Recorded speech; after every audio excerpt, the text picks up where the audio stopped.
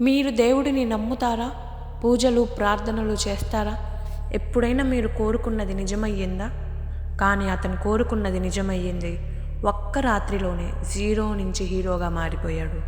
కానీ దానికి అతను చెల్లించిన ధర ఏమిటి? ఆ కోరిక నిజంగా అంత విలువైనదా? మరి మీరుంటే ఏం చేసేవాళ్ళో ఈ కథ విన్నాక చెప్పండి. ఫేమస్ వ్లాగర్ అయిన రాజు అనే యువకుడు ఒక చిన్న గ్రామం గురించి విన్నాడు. ఆ గ్రామంలో ఒక దేవుడు లేని గుడి ఉంది. అయితే అక్కడ ప్రార్థన చేస్తే కోరికలు నెరవేరుతాయంట. ఆ మాట వినగానే అది నిజమా కాదా తెలుసుకోవాలనే ఆసక్తి రాజులో పుట్టింది. రాజు ఆ గ్రామానికి వెళ్ళాడు. చుట్టూ అంతా నిశ్శబ్దం. అతడు ఒక ముసలి ఆవిడని అడిగాడు, పిన్ని, ఆ దేవుడు లేని గుడి ఎక్కడుంది అని.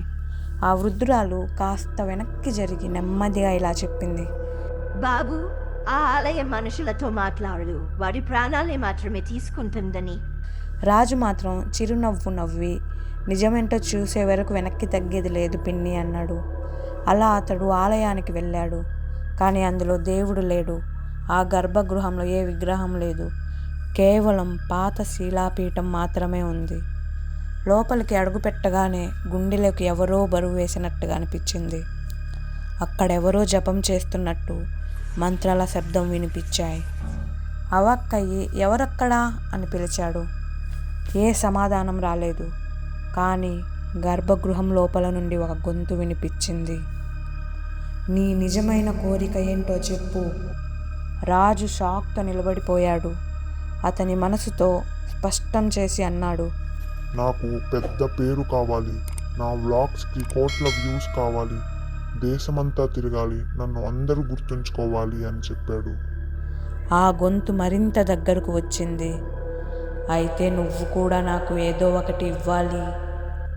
రాజు కాసేపు ఆలోచించి ఏమైనా ఇస్తాను అన్నాడు. ఒక్కసారిగా చల్లని గాలి అతని భుజాన్ని తాకింది. ఎక్కడి నుంచో ఒకటి చల్లటి నవ్వు వినిపించింది. ఆ రోజుకి అక్కడి నుండి బయటికి వచ్చి ఇంటికి తిరిగి వెళ్ళిపోయాడు. మరుసటి రోజు ఉదయాన రాజు ఫోన్ ఓపెన్ చేసి షాక్ అయ్యాడు. అతని వీడియోస్కి లక్షల వ్యూస్. ఒకే రాత్రిలో దేశమంతా అతని పేరు మారుమోగింది. బ్రాండ్ కాల్స్, అభిమానుల మెసేజెస్, అతని కోరుకున్న ప్రతిదీ సంపూర్ణంగా అయ్యింది. కానీ ఆనందం ఎక్కువ కాలం నిలవలేదు. ఒకరోజు అద్దం ముందు నిల్చున్నాడు. ఓ క్షణానికి ఆ ప్రతిబింబం అతన్ని చూడలేదు. పిరికిగా అతని ప్రతిబింబం ఒక్కసారిగా నవ్వింది. కానీ రాజు నవ్వలేదు. మళ్ళీ చూస్తే ఆ నవ్వు ఆలయంలో వినిపించిన శబ్దంలాగా అనిపించింది. ఒకరోజు లైవ్ స్ట్రీమ్ చేస్తుంటే వ్యూవర్లు చాట్లో రాశారు, రాజు, నీ వెనక ఎవరున్నారు అని.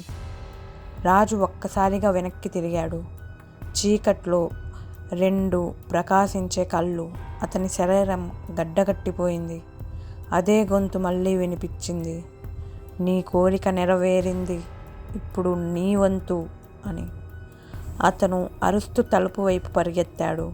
కానీ తలుపు తీసేలోపు చీకట్లోని ఒక శక్తి అతన్ని లోపలికి లాక్కెళ్ళింది. మరుసటి రోజు రాజు ఇంట్లో కనిపించలేదు. కానీ అతని ఫోన్ మాత్రం యూట్యూబ్లో కొత్త వీడియోలు అప్లోడ్ చేసింది. ఒకే స్థలం నుంచి వీడియోస్ అప్లోడ్ అవుతున్నాయి. అది దేవుడు లేని ఆలయం నుండి. కొద్ది రోజులు గడిచాక ఆ శిలాపీఠం మీద కొత్తగా ఒక ముద్ర వచ్చింది. రాజు ముఖం నోరు తెరిచి నిశ్శబ్దంగా అరుస్తున్నట్టుంది. అప్పటి నుంచి ఆ గ్రామంలో ఒకే ఒక మాట వినిపిస్తుంది, ఆ ఆలయంలో దేవుడు అనేదేముండదు, కానీ తన కోరిక తీర్చుకున్న వాడే అక్కడ కొత్త దేవుడు అవుతాడు. అలా మరి నీవు కోరుకునేదేంటి? నిజంగా మీరేమైనా కోరుకుంటారా? నాకు కమెంట్స్లో చెప్పండి. ఈ స్టోరీ నచ్చితే వెంటనే లైక్ చేసి సబ్స్క్రైబ్ చేయండి.